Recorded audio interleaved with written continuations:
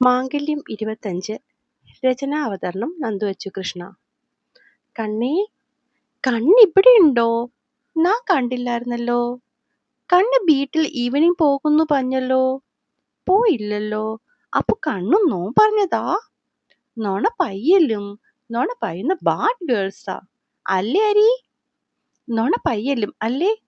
പകുതി ശരീരം ഹരിയുടെ ദേഹത്തേക്ക് ചാഞ്ഞുകൊണ്ട് തന്നെ ബാക്കി അവളിലേക്ക് ഒറ്റവായിൽ പെണ്ണത്രയും പറഞ്ഞതും കേട്ടു നിന്നവരും മണിക്കുട്ടിയും ആകെ വല്ലാതെയായി. ഹരി? പെണ്ണിന് മറുപടി കിട്ടാതെ വന്നതും ഒരൊറ്റ അലർച്ചയായിരുന്നു. എന്താ പൂവേ? ഞെട്ടിക്കൊണ്ട് തന്നെ അവനും വിളിച്ചു. കണ്ണിനോട് പറയ്, നൊണ പയ്യല്ലെന്ന്. പെണ്ണ് വാശി പോലെ അവൾക്കടുത്തേക്ക് പോകാതെ തിരിച്ചു വന്നവന്റെ മടിയിലിരുന്നു. അരി, ഒന്ന് എന്റെ അരി. പെണ്ണ് വഴക്കാവാൻ തുടങ്ങുന്നു എന്ന് കണ്ടതും കൈമൾ മാഷി ഇടയിലേക്ക് കയറി. ആ പറയരുത്. ആർക്കോ വേണ്ടി ഓക്കാനിക്കുന്ന പോലെ അവൻ തല വെട്ടിച്ചതും പെണ്ണ് ആ നിമിഷ നേരം കൊണ്ട് മണിക്കുട്ടിയുടെ മടിയിൽ എത്തി. കന്തോ? അരി പറഞ്ഞത് കന്തോ? പോത്തെ കയ്യണ്ട, നാൻ കൂട്ടാട്ടോ. അവളുടെ ഒഴുകിയിറങ്ങുന്ന കണ്ണുനീർ മണിക്കുട്ടി തുടച്ചു കൊടുത്തു. അതേസമയം കുഞ്ഞു കരയണ്ട എന്ന് പറഞ്ഞപ്പോൾ ഹരിയുടെ കണ്ണും ഫ്രണ്ട് മിററിൽ കൂടി പിന്നിലേക്ക് പാഞ്ഞു. ശരിയാണ്, ആ കണ്ണുകൾ നിറഞ്ഞൊഴുകുകയാണ്. വല്ലാത്തൊരു അസ്വസ്ഥതയോടെ ഹരി മിററിൽ നിന്നും തന്റെ കണ്ണു മാറ്റി. ഏകദേശം അതേ അവസ്ഥയായിരുന്നു കൈമളിനും ശ്രീധരനും സീതയ്ക്കും. പൂവേ, ഇന്ന് നിനക്ക് പാട്ടൊന്നും ഇടണ്ടേ? എസിയിലും ചൂട് പിടിച്ചിരിക്കുന്ന അന്തരീക്ഷത്തെ മാറ്റാൻ വേണ്ടി കൈമൾ ചോദിച്ചതും കുഞ്ഞിന്റെ ശ്രദ്ധ മണിക്കുട്ടിയിൽ നിന്നും പാട്ടിലേക്കായി. അരി, ഫോൺ ദാ. അവൾ പെട്ടെന്ന് തിരിഞ്ഞിരുന്നു കൊണ്ട് ഹരിയുടെ ഫോൺ ചോദിച്ചു. എന്റെ കയ്യിൽ ഫോണൊന്നുമില്ല, ഞാൻ വീട്ടിൽ വെച്ച് മറന്നുപോയി. പറയുന്നതിനൊപ്പം സൈഡിലിരിക്കുന്ന അച്ഛനെ പല്ല് കടിച്ചുകൊണ്ട് അവനൊന്ന് നോക്കാനും മറന്നില്ല. അങ്ങനെയൊരു നോട്ടം വരുമെന്നറിയാവുന്നത് കൊണ്ട് തന്നെ കൈമൾ മാഷ് ആ ഭാഗത്തേക്ക് നോക്കിയതുമില്ല. കാരണം പാട്ടിടാനെന്നും പറഞ്ഞ് പെണ്ണ് ഫോൺ വാങ്ങിക്കഴിഞ്ഞാൽ അതിനകത്ത് ലോകത്തുള്ള സകല ഗെയിംസും ഡൗൺലോഡ് ചെയ്ത് കളിച്ചുകൊണ്ടിരിക്കും. പിന്നെ അതൊന്ന് തിരിച്ചു കിട്ടണമെങ്കിൽ നൊയമ്പും നേർച്ചയും ചില്ലറയൊന്നും പോരാ. അച്ഛനത് നല്ലോണം അറിയാം. എന്നിട്ടാ സത്യം. കുഞ്ഞിക്കണ്ണിൽ വിഷമമായി. ആ, അലസമായി മൂളി അവൻ ഡ്രൈവിങ്ങിൽ ശ്രദ്ധിച്ചു. അപ്പോഴേക്കും പൂവ് അവൾക്കിഷ്ടമുള്ള പാട്ടിനെ പറ്റി ഘോരമായി പ്രസംഗിക്കാൻ തുടങ്ങിയിരുന്നു. അത് ഏറ്റുപിടിക്കാനും അവളെ കളിയാക്കാനും മറ്റു 3 പേരും കൂടിയപ്പോൾ ഹൃദയഭാരത്തോടെ കുഞ്ഞിനെ മടിയിലിരുത്തി ഒരുവൾ പിന്നിലേക്ക് ചാഞ്ഞു. ഇവർക്കൊപ്പം പോരാൻ തോന്നിയ നിമിഷത്തെ അവൾ മനസ്സിൽ വല്ലാതെ പ്രാഗി. അല്ലെങ്കിൽ തന്നെ താനൊരു കള്ളിയാണെന്നാണ് ആളുടെ മനസ്സിൽ. ഇതിപ്പോ കുഞ്ഞും കൂടി അങ്ങനെ പറഞ്ഞപ്പോൾ അത് ഒന്നുകൂടി ഉറച്ചിട്ടുണ്ടാവും. ഇനിയും ആ കണ്ണുകളിൽ തന്നോടുള്ള വെറുപ്പ് നിറയും. ആ നാവിലെ ദേഷ്യം തന്നിൽ തീയായി പതിക്കും. ഒന്നും വേണ്ടായിരുന്നു. എത്ര നിർബന്ധിച്ചാലും വരാൻ പാടില്ലായിരുന്നു. എന്തോ ഓരോ തവണയും അവന് മുന്നിൽ വീണ്ടും വീണ്ടും മോശക്കാരിയാവുന്നത് അവളെ അത്രത്തോളം മാനസികമായി തളർത്തി. കണ്ണേ, കണ്ണൂന് അങ്ങ് വാനത്തോപ്പിലെ പാട്ടറിയോ? പെട്ടെന്ന് അവളുടെ കയ്യിൽ കുലുക്കിയുള്ള ചോദ്യം കേട്ടതും അവൾ ഞെട്ടിക്കൊണ്ട് ആ മുഖത്തേക്ക് നോക്കി. പയാ, അറിയോ? സ്വപ്നലോകത്തിരുന്നവൾ കുഞ്ഞു ചോദിച്ചത് ശരിക്കും കേട്ടില്ല. അതുകൊണ്ട് തന്നെ ഉത്തരം പറയാൻ അറിയാതെ അവളുടെ കണ്ണുകൾ എല്ലാവരിലേക്കും പാഞ്ഞു. പതറിക്കൊണ്ട് പായുന്ന കണ്ണുകൾ അറിയാതെ പെൺമിടറിലേക്ക് പോയതും അതിലൂടെ പിന്നിലേക്ക് എത്തുന്ന നോട്ടത്തിൽ അവൾ പെട്ടെന്ന് മുഖം താഴ്ത്തി. പക്ഷെ അതിനിടയിൽ അവൾ തല വെട്ടിക്കുന്നത് കണ്ടിരുന്നു. അതിനി അറിയില്ല എന്ന് പറയാനാണോ പറഞ്ഞത് എന്താന്നൊരു ചിന്ത മനസ്സിലേക്ക് വന്നതും അവൾ ഞെട്ടിക്കൊണ്ട് മിററിലേക്ക് പിന്നെയും നോക്കി. പക്ഷെ ഇത്തവണ അങ്ങനെയൊന്നും കണ്ടില്ല. പറയ് കണ്ണു, പാത്തറിയാവോ? എന്തോ ഒരു തോന്നലിൽ അവൾ ഇല്ല എന്ന് തലകൊണ്ടനക്കി. ഹാവൂ. കൈമള് നെഞ്ചിൽ കൈവച്ച് ആശ്വാസം കൊണ്ടതും ശ്രീധരനും സീതയും പരസ്പരം നോക്കിക്കൊണ്ട് അദ്ദേഹത്തെ ഒന്നുകൂടി നോക്കി. നിങ്ങളിങ്ങനെ അന്തം വിട്ട് നോക്കണ്ട. ഈ കുരുപ്പ് ഏതെങ്കിലും പാട്ട് ചോദിച്ച് നമുക്കത് അറിയാമെന്നെങ്ങാനും പറഞ്ഞാൽ അവിടെ തീർന്നു നമ്മുടെ കഥ. അപ്പം മുതൽ റെക്കോർഡ് ഇട്ട പോലെ നമ്മൾ ആ പാട്ട് തന്നെ ഇവൾക്ക് പാടിക്കൊടുത്തുകൊണ്ടിരിക്കണം. മണിക്കുട്ടി എങ്ങാനും അറിയാമെന്ന് പറഞ്ഞിരുന്നെങ്കിൽ അവളുടെ കാര്യത്തിൽ ഈ കുരുത്തം കെട്ടത് തീരുമാനമുണ്ടാക്കിയാനെ. അദ്ദേഹം അത് പറയുകയും ബാക്കി എല്ലാവരും ചിരിച്ചെങ്കിലും മണിക്കുട്ടി വല്ലാത്തൊരു ആശങ്കയിലായിരുന്നു. ഇതേ സമയം അതിലും വലിയ വെപ്രാളത്തിലായിരുന്നു ഹരി. കുഞ്ഞങ്ങനെ ചോദിച്ചപ്പോ വെപ്രാളത്തോടെ ആ കണ്ണുകൾ തന്റെ നേരെ നീളുന്ന കണ്ടപ്പോൾ പെട്ടെന്നുള്ള ഒരിതിൽ വേണ്ടാന്ന് തലയാട്ടിയതാണ്. പക്ഷെ ഞെട്ടിക്കൊണ്ട് പിന്നെയും തന്നെ നോക്കുന്ന കണ്ടപ്പോഴാണ് താൻ എന്താ ചെയ്തതെന്നുള്ളൊരു ബോധം തനിക്ക് തന്നെ വരുന്നത്. അതാണ് കണ്ണ് പിന്നെ അങ്ങോട്ട് പോകാത്ത വിധത്തിൽ പുറത്തേക്ക് തന്നെ ശ്രദ്ധിച്ചത്. നിനക്കെന്താ ഹരി? മനസ്സവനെ കുറ്റപ്പെടുത്തിക്കൊണ്ട് ചോദിച്ചതും അവന്റെ ഉള്ളം പിന്നെയും അവളോടുള്ള ഇഷ്ടക്കേടിൽ നിറഞ്ഞു. എടാ, സ്ഥലം എത്തി, നീ ഇനി എങ്ങോട്ടാ? തട്ടുകട എത്തിയിട്ടും അവന്റെ വണ്ടി നിർത്തുന്നില്ല എന്ന് കണ്ട് മാഷ് കൈപ്പോയത്തിൽ ഒരടി കൊടുത്തു. അത് പിന്നെ പാർക്കിംഗ്. നേര് പറഞ്ഞാൽ സ്ഥലം എത്തിയത് ഹരി അറിഞ്ഞിരുന്നില്ല. ഞങ്ങൾ ഇവിടെ ഇറങ്ങിക്കോളാം, നീ പോയി പാർക്ക് ചെയ്തിട്ട് വാ. മാഷ് പറഞ്ഞതും അവൻ വണ്ടി നിർത്തി എല്ലാവരെയും ഇറക്കി സൈഡിലേക്ക് നീക്കി നിർത്താൻ പോയപ്പോൾ വലതുവശത്തെ കണ്ണാടിയിലൂടെ കണ്ടു തന്റെ മകളെ എടുത്തുകൊണ്ട് നടന്നു പോകുന്നവളെ. ഈ നാട്ടിലുള്ള ആർക്കും വെപ്പും കുടിയുമൊന്നുമില്ലേ? കുറെ മുന്നോട്ട് പോയിട്ടും പാർക്കിംഗ് കിട്ടുന്നില്ല എന്ന് കണ്ട് ഹരി പിന്നെയും വണ്ടി മെല്ലെ മുന്നോട്ട് നീക്കി. അവസാനം ഒരു കൂട്ടർ വന്ന് കാർ എടുത്തു പോകുന്നിടം വരെ ഹരിക്ക് വെയിറ്റ് ചെയ്യേണ്ടി വന്നു. അങ്ങനെ വണ്ടി ഒതുക്കി പുറത്തേക്ക് നടന്നു വരുമ്പോഴാണ് അച്ഛനെയും ശ്രീധരൻ മാമനെയും കാണുന്നത്. നിങ്ങൾ രണ്ടുപേരും കൂടി ഇതെവിടെ പോകുക? എവിടെ പോകാൻ, നിന്നെ തിരക്കി വന്നതാ. കാർ പാർക്ക് ചെയ്യാൻ പോവുകയാണെന്ന് പറഞ്ഞിട്ട് അരമണിക്കൂറായിട്ടും കണ്ടില്ലല്ലോ. അതാ നോക്കിയിറങ്ങി. ഞാൻ എന്താ കൊച്ചുകുട്ടിയാണോ വഴിതെറ്റി പോവാൻ? മുഖമൊന്ന് ചരിച്ച് ഇത്തിരി കുറുമ്പോടെയാണ് ചോദ്യം. നീ എവിടെ വഴിതെറ്റി പോകാൻ? നീ കാരണം ഒപ്പമുള്ളൊരു വഴിതെറ്റാതിരുന്നാൽ മതി. ഉരുളയ്ക്ക് ഉപ്പൂരി പോലെ അദ്ദേഹം മറുപടി കൊടുത്തതും ഈ നാക്കില്ലായിരുന്നെങ്കിൽ പണ്ടേ അച്ഛനെ പട്ടി പിടിച്ചുകൊണ്ട് പോയേനെന്ന് പറഞ്ഞ് അവൻ ആ കാര്യം അവസാനിപ്പിച്ചു. ഓ, സമ്മതിച്ചു, നിന്നെപ്പോലെ പെരുമ്പാമ്പ് പിടിക്കില്ലല്ലോ. ശ്രീധരൻ ആദ്യമായി കാണുകയായിരുന്നു അച്ഛന്റെയും മോന്റെയും കൊണ്ടും കൊടുത്തുമുള്ള ഈ സംസാരം. അതിന്റെ ഒരു പകപ്പ് ആദ്യം തോന്നിയെങ്കിലും പിന്നീട് ശ്രീധരനും ആ സംസാരം ഭയങ്കര രസം തോന്നി. അല്ല ശ്രീധര, കുറച്ചു മുന്നേ താൻ പറയാൻ വന്നത് പൂർത്തിയാക്കിയില്ലല്ലോ. എന്തായിരുന്നു പ്രശ്നം? അതുവരെ അച്ഛനോട് തല്ലും വഴക്കും ഉണ്ടാക്കി വന്നവൻ പെട്ടെന്ന് അവരിലേക്ക് ചെവി കൂർപ്പിച്ചു. അത് പിന്നെ നമ്മൾ സംസാരിച്ചു തുടങ്ങിയപ്പോഴല്ലേ മണിക്കുട്ടി മോളെയും കൈയഴിക്കൊണ്ട് വന്നിരുന്നത്. അതുകൊണ്ട് ഞാനങ്ങ് നിർത്തിയതാ. ആ, എനിക്കത് മനസ്സിലായിരുന്നു. അതാ ഞാനും പിന്നെ ഒന്നും ചോദിക്കാഞ്ഞ്. അത് വിട്, താൻ ബാക്കി പറ, എന്നിട്ട് അങ്ങോട്ട് പോകാം.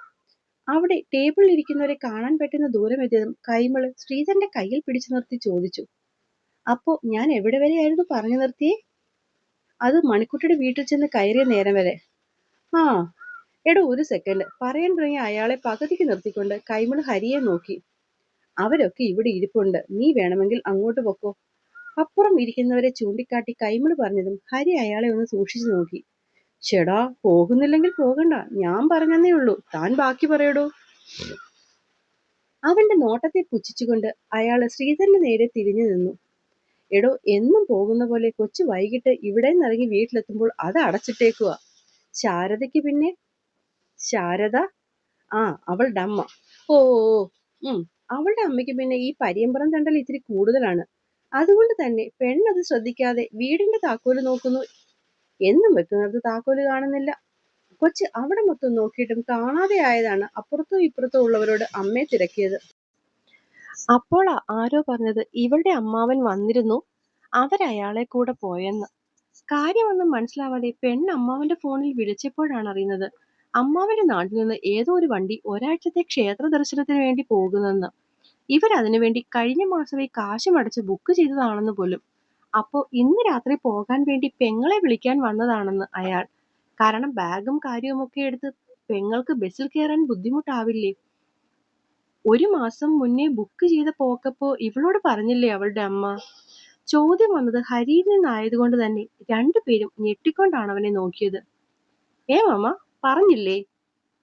ഇല്ല മോനെ, ഇന്ന് രാവിലെ കൂടി അവർക്കുള്ള ആഹാരവും വെച്ച് കഴിക്കാനുള്ള ഗുളിക വരെ അവരുടെ കൈയകലത്തിൽ കൊണ്ടുവച്ച പെണ്ണിനോട് അവർ ഒരു വാക്ക് പോലും പറഞ്ഞില്ല. ബെസ്റ്റ്. കേട്ടപ്പോൾ ഹരിയുടെയും കൈമളുടെയും മാഷിന്റെയും ഒക്കെ പല്ലി ഞെരിഞ്ഞു. അപ്പോ ഈ പെങ്കൊച്ചു വൈകുന്നേരം വരുമ്പോൾ എവിടെ പോയി കിടക്കുമെന്ന് കരുതി ഈ തള്ള? എത്ര വേണ്ടെന്ന് വെച്ചിട്ടും കൈമളിന്റെ ദേഷ്യം അടങ്ങിയില്ല. അതല്ലേ രസം. അവൾ ഈ കാര്യം മാമനോട് ചോദിച്ചപ്പോൾ തള്ള ഫോൺ വാങ്ങിയിട്ട് പറഞ്ഞെന്ന് ഒന്നെങ്കിൽ വീട്ടിൽ കിടന്നോ അല്ലെങ്കിൽ സീതയുടെ വീട്ടിൽ പോയി ഒരാഴ്ച നിൽക്കാൻ. കൊള്ളാം, പ്രായം തികഞ്ഞ ഒരു പെണ്ണിനെ ഇട്ടിട്ട് പോയ ഈ തള്ളയുണ്ടല്ലോ. എന്ത് ചെയ്യാനാടോ, പഠിത്തം പോലും കളഞ്ഞ് മാടിനെ പോലെ പണിയെടുത്തവളുടെ കാര്യമൊക്കെ ഈ പെണ്ണ് തന്നെയല്ലേ നോക്കുന്നേ. അപ്പോ ഇങ്ങനെ വേണ്ടേ നന്ദി കാണിക്കാൻ? എന്തൊരു സ്ത്രീയാ അവർ. കൈമളിന് ദേഷ്യം അടങ്ങിയില്ല. പണ്ടേ തൊട്ടതിനും പിടിച്ചതുമൊക്കെ അവളോട് ദേഷ്യമാണ് അവർക്ക്. ഇപ്പൊ പിന്നെ ഈ പറയാതെ പോയ പോക്കിന്റെ പിന്നിലെ കാരണം ഞാനും സീതയുമാണ്. അത് പറഞ്ഞതും ഹരിയുടെയും കൈമളിന്റെയും നോട്ടം ശ്രീധരനിലേക്ക് ചെന്ന് നിന്നു. എടോ, സീതയെ നോക്കാൻ വേണ്ടി ഞാൻ അവളെ വിളിച്ചില്ലേ? ആ സമയത്ത് ഇവര് പോകണ്ടാന്ന് പറഞ്ഞതായിരുന്നു. ഹരിയുടെ കേസുമായി ബന്ധപ്പെട്ട് ഞാൻ അവരുടെ മോനെ ശരിക്ക് പറഞ്ഞിരുന്നല്ലോ. അതിന്റെ ദേഷ്യം തീർക്കാൻ വേണ്ടി മോൾ അവിടെ ജോലിക്ക് വരണ്ടാന്ന് അവരും അവരുടെ മോനും തീർത്തു പറഞ്ഞായിരുന്നു. പക്ഷെ തനിക്കറിയാലോ അവളും സീതയും തമ്മിലുള്ള ബന്ധം. അപ്പൊ പിന്നെ സീതയ്ക്ക് എന്തെങ്കിലും വയ്യെന്നറിഞ്ഞാൽ ആ പെണ്ണ് വരാതിരിക്കുമോ? ശരിക്കും ഒന്ന് വിളിക്കേണ്ടി പോലും വന്നില്ല. അതിനു മുന്നേ അവള് വീട്ടിലെത്തി. അത് അമ്മയ്ക്കും മോനും പിടിച്ചില്ല. ഇവിടെ വന്നു തുടങ്ങിയതിനു ശേഷം ഈ രണ്ടുപേരും അവളോട് മിണ്ടിയിട്ട് പോലുമില്ല. അതിന്റെ ബാക്കിയാണ് ഈ പറയാതെയുള്ള പോക്ക്. പക്ഷെ പാവം കൊച്ച് അപ്പൊ തുടങ്ങിയ കരച്ചിലാണ്. എത്രയായാലും തള്ളയല്ലേ, അങ്ങനെ ചെയ്യുമെന്ന് മനസ്സിൽ കൂടി കരുതി കാണില്ല. അതാ ഇത്രയും സങ്കടം. അവരത് പറയുമ്പോൾ ഒരുവന്റെ നോട്ടം തന്റെ കുഞ്ഞിന്റെ മൂക്കിൻ തുമ്പിൽ മൂക്കിട്ടുടച്ച് ചിരിപ്പിക്കുന്ന പെണ്ണിൽ മാത്രമായിരുന്നു. ഇതെന്താ ഇങ്ങനെ? നിങ്ങൾ ഇതൊരു ഓർഡർ ചെയ്തില്ലേ?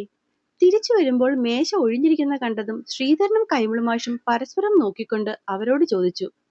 അതിപ്പോ മോനെ അന്വേഷിക്കാൻ പോയവര് ആ വഴി മോനെ ഉറക്കി കിടത്തിയിട്ട് വരികയാണോന്ന് ഞങ്ങൾ അറിഞ്ഞു. നല്ലോണം പുച്ഛത്തിൽ മുന്നിൽ നിൽക്കുന്ന രണ്ടുപേരെയും നോക്കിക്കൊണ്ട് സീത കുഞ്ഞിനെ നോക്കി. അതിപ്പോ അവിടെ പാർക്കിംഗ് കിട്ടാതെ ഇവൻ എവിടെയൊക്കെയോ കിടന്ന് വട്ടം കറങ്ങി വരികയായിരുന്നു. അത് നോക്കി നിന്നിട്ടാ അല്ലേ കൈമളെ? ശ്രീധരൻ വളരെ ഈസിയായി എല്ലാ കുറ്റവും ഹരിയുടെ തലയിലേക്ക് കൊണ്ടുവച്ച് കൈമളിനെ കൂട്ടുപിടിച്ചതും കഥ പറഞ്ഞുകൊണ്ട് നിന്നവരും അത് കേൾക്കാൻ ഉത്സവം കാണിച്ചവരും ഹരി വൃത്തിയായി ഒന്ന് നോക്കി. അത് മനസ്സിലായതുകൊണ്ട് എന്തോ രണ്ടുപേരും പിന്നെ അവനെ നോക്കിയില്ല. ആ നേരം ഹരിയുടെ കണ്ണുകൾ മണിക്കുട്ടിയെയും തന്റെ മകളെയും തിരക്കുകയായിരുന്നു. ആർക്കൊക്കെ എന്തൊക്കെ വേണ്ടെന്ന് എപ്പോഴെങ്കിലും പറഞ്ഞാലേ അരമണിക്കൂർ കഴിഞ്ഞെങ്കിലും കിട്ടുള്ളൂ. അതുകൊണ്ട് ആർക്കൊക്കെ എന്താ വേണ്ടതെന്ന് വേഗം പറ. അത് അവിടുന്ന് ആരും വന്ന് ചോദിക്കില്ലേ? മനസ്സിലുണ്ടായ സംശയം സീത ഉറക്കെ ചോദിച്ചു. അവിടെ ശർക്കരയിൽ ഈച്ച പൊതിഞ്ഞ പോലെ നിൽക്കുന്ന ആൾക്കാരെ നിനക്ക് കാണാൻ വയ്യേ സീതേ? അവിടുന്ന് എന്തെങ്കിലും പയ്യൻ വന്ന് ഓർഡർ എടുത്തിട്ട് പറയാൻ നിന്നാൽ മിക്കവാറും ഇന്ന് രാത്രി അവിടെ കിടന്നുറങ്ങാം. അതുകൊണ്ട് വേണ്ടത് എന്താണെന്ന് പറഞ്ഞാൽ ഞങ്ങൾ 3 പേരും കൂടി വാങ്ങിക്കൊണ്ട് വരാം. ശ്രീധരൻ പറയുന്ന കേട്ടതും സീതയ്ക്ക് ആ മറുപടി ഒട്ടും ഇഷ്ടപ്പെട്ടില്ലെന്ന് മുഖത്തുനിന്ന് തന്നെ അറിയാമായിരുന്നു. പക്ഷെ പറയുന്നതൊക്കെ സത്യമായതുകൊണ്ട് വഴക്കുണ്ടാക്കാനും വയ്യ. പറഞ്ഞു സീതേ, നമുക്ക് അടുത്ത വട്ടം അവരെ കൊണ്ട് തന്നെ ഓർഡർ എടുപ്പിച്ച് സാധനം കൊണ്ടുവരിക്കാം പോരെ? അവരുടെ മനസ്സറിഞ്ഞ പോലെ കൈമള് തലയാട്ടിക്കൊണ്ട് ചോദിച്ചതും അരുതുവരെ കനപ്പിച്ചു വെച്ചിരുന്ന മുഖം പെട്ടെന്നാണ് വിടർന്നത്. അപ്പൊ പറഞ്ഞു. ശ്രീധരനും സീതയും പറഞ്ഞതും അദ്ദേഹം ഹരിയെ നോക്കി. അവൻ മിണ്ടാതെ നിൽക്കുന്ന കണ്ടിട്ടാണ് അവന്റെ നോട്ടം പോയിടത്തേക്ക് കൈമളുമാഷും നോക്കുന്നത്. അവരിയ്ക്കുന്നതിന്റെ തൊട്ടിപ്പുറത്ത് ഒരു 3-4 വീപ്പ കൊണ്ടിട്ടിട്ടുണ്ട്. ഇവിടെ ഇരുന്നിടത്ത് മടുത്തപ്പോൾ പൂവിറങ്ങി മെല്ലെ അങ്ങോട്ട് നടക്കാൻ തുടങ്ങി. അത് കണ്ടതും പിന്നാലെ മണിക്കുട്ടിയും പോയി. അപ്പൊ പിന്നെ അവൾക്ക് ആ വീപ്പയുടെ മുകളിൽ കയറണമെന്നായി. കേറണ്ട, വീഴും, അച്ഛാ വഴക്കു പറയും എന്നൊക്കെ പറഞ്ഞ് മണിക്കുട്ടി അവളെ കയറ്റാതിരിക്കാൻ നോക്കിയെങ്കിലും പെണ്ണ് പിണങ്ങിയും കരഞ്ഞും അവസാനം മണിക്കുട്ടിയെ കണ്ട് മുകളിൽ ആളെ കയറ്റിച്ചു. അപ്പം മുതൽ കുഞ്ഞിനെ വട്ടം പിടിച്ച് മണിക്കുട്ടി അടുത്ത് നിൽക്കുകയാണ്. അവളാണെങ്കിൽ ഒരു വീപ്പയിൽ നിന്ന് അടുത്ത വീപ്പയിലേക്ക് ചാടിക്കളിക്കുന്ന പുതിയ കളിയുടെ രസത്തിലും. പെണ്ണ് ഒന്നിൽ നിന്ന് അടുത്തതിലേക്ക് ചാടുമ്പോൾ മണിക്കുട്ടിയുടെ നെഞ്ചിലാണ് തീയാളുന്നത്. പൊന്നാ മതി, നോ. പെണ്ണ് നോക്കാതെ തന്നെ പറഞ്ഞുകൊണ്ട് അടുത്തടുത്തേക്ക് ചാടി. എന്റെ നല്ല പൊന്നല്ലേ, എന്റെ നല്ല കണ്ണല്ലേ. അവൾ പറയുന്നതനുസരിച്ച് പെണ്ണ് അടുത്തതിലേക്ക് ചാടും. എന്നെ ഇങ്ങനെ വിഷമിപ്പിക്കല്ലേ പൊന്നേ നീ, എന്നെ ഇങ്ങനെ ബെസമിപ്പിക്കല്ലേ കണ്ണേ നീ. കണ്ണു പൊട്ടിച്ചിരിച്ചുകൊണ്ട് പെണ്ണ് പിന്നെയും ചാടാൻ തുടങ്ങിയതും വീപ്പ അല്പം ചരിഞ്ഞു. പൊന്നേ, പൂവേ, അലറിയ പോലെ ഒരുമിച്ച് 2 ശബ്ദവും അവിടെ കേട്ടു. അതുവരെ അവരെ നോക്കി നിന്ന ഹരി അടുത്തെത്തും മുന്നേ തന്നെ മണിക്കുട്ടി കുഞ്ഞിനെ ചാടി പിടിച്ച് പിന്നോക്കം മറഞ്ഞു വീണിരുന്നു. ഇടത് കൈ കുത്തി വീഴുമ്പോഴും വലത് കൈയിൽ കുഞ്ഞിനെ നെഞ്ചോടടക്കി പിടിച്ച് അവൾക്കൊന്നും വരാത്ത വിധത്തിലാണ് മണിക്കുട്ടി പോയി ഇടിച്ചു വീണത്. ഓടിപ്പിഴഞ്ഞെത്തിയ ഹരിയും മറ്റുള്ളവരും അവരുടെ വീഴ്ച കണ്ട് ഞെട്ടിപ്പോയി. ഹരി കുഞ്ഞിനെ അവളുടെ കയ്യിൽ നിന്ന് വലിച്ചെടുക്കുമ്പോൾ മാഷും ശ്രീധരനും കൂടി മണിക്കുട്ടിയെ എഴുന്നേൽപ്പിച്ചു നിർത്തി. സീതയും മണിക്കുട്ടിയെ ഒന്ന് നോക്കി കുഞ്ഞിനടുത്തെത്തി. അപ്പോഴേക്കും അവിടെ നിന്ന് ആൾക്കാരൊക്കെ ഓടിക്കൂടിയിരുന്നു. എല്ലാവരും ഓടി വരികയും ഹരി വലിച്ചെടുക്കുകയും ഒക്കെ ചെയ്തതും പൂവ് പേടിച്ചുപോയി. അവൾ വലിയ വായിലെ കരയാൻ തുടങ്ങി. അത് കണ്ടതും എല്ലാവരും ഒരുപോലെ പേടിച്ചുപോയി. ഹരി കുഞ്ഞിനെ നോക്കിയേ, അവൾക്ക് എന്തെങ്കിലും വേദനിച്ചിട്ടാണോ ഇനി കരയുന്നതെന്ന്. മണിക്കുട്ടിയെ പിടിച്ചുകൊണ്ട് തന്നെ കൈവളി ചോദിച്ചതും അച്ഛൻ അടുത്ത് നിൽക്കുന്നവളെ രൂക്ഷമായി ഒന്ന് നോക്കിക്കൊണ്ട് ഹരി കുഞ്ഞിനെ ആകെ പരതി. അതിന്റെ അഴിച്ചു നോക്ക് കൊച്ചേ, അങ്ങോട്ട് വീണതല്ലേ, എവിടെയെങ്കിലും മുറിവെല്ലാം പറ്റിക്കാണും. കുറെ നേരമായിട്ട് അമ്മയും മോളും കൂടി കളിച്ചുകൊണ്ടിരിക്കുകയായിരുന്നല്ലോ, അപ്പോഴേ ഞാൻ വിചാരിച്ചതാ വീഴുമെന്ന്. ചുറ്റും കൂടി നിന്ന പലരും അഭിപ്രായങ്ങൾ പറഞ്ഞതും ഹരി വല്ലാതെ ഭയന്നു. മോൾക്കൊന്നും പറ്റിയില്ല, എവിടെയും തട്ടിയില്ല, ഞാൻ പിടിച്ചിട്ടുണ്ടായിരുന്നു. കുഞ്ഞിന്റെ കരച്ചിൽ കണ്ടവൾ അതിലും പേടിയോടെ പറഞ്ഞതും ഹരി ഒരൊറ്റ ചാട്ടമായിരുന്നു അവളുടെ നേരെ. നിന്നോട് ആരാടി എന്റെ കുഞ്ഞിനെ ഇതിന്റെ മുകളിൽ കയറ്റി കളിപ്പിക്കാൻ പറഞ്ഞത്? അവൾക്കൊപ്പം തന്നെ അവളെ താങ്ങിപ്പിടിച്ചു നിർത്തിയവരും ഞെട്ടിപ്പോയി. പറയടി. മോള് കരഞ്ഞപ്പോൾ, അവള് കളിക്കാൻ വാശി പിടിച്ചപ്പോൾ, ബാക്കി എന്തെങ്കിലും പറയാൻ കഴിയാതെ അവൾ വിതുമ്പിപ്പോയി. അവൾ വാശി പിടിച്ചാൽ അത് ചെയ്തു കൊടുക്കാൻ നീ അവളുടെ ആരാടി? അവൾക്ക് വേണ്ടതും ആവശ്യമുള്ളതുമൊക്കെ ചെയ്തു കൊടുക്കാൻ ഞാൻ ജീവനോടെ ഉണ്ട്. ഞാൻ അച്ഛനെ ഏൽപ്പിച്ചിട്ടല്ലേ പോയത്. അപ്പോൾ എന്റെ കുഞ്ഞിനെ കണ്ടവന്റെ കയ്യിൽ കൊടുക്കാൻ അച്ഛൻ ആരാ? കരഞ്ഞുകൊണ്ട് തളർന്ന കുഞ്ഞിനെ നെഞ്ചോടടക്കി പിടിച്ച് എല്ലാവരും കേൾക്കെ അവൻ അലറുമ്പോൾ അവൻ ഒരുതരം ഭ്രാന്തായിരുന്നു മനസ്സിലാകെ. അപ്പോൾ എന്നെ കേൾക്കുകയും വായിക്കുകയും ചെയ്യുന്ന എൻ്റെ കൂട്ടുകാരെല്ലാം കഥ ഇഷ്ടമാകുന്നുണ്ടെങ്കിൽ സബ്സ്ക്രൈബ് ചെയ്ത് സപ്പോർട്ട് ചെയ്യണേ. ഒപ്പം അഭിപ്രായങ്ങൾ പറയാനും മറക്കല്ലേ. നന്ദി.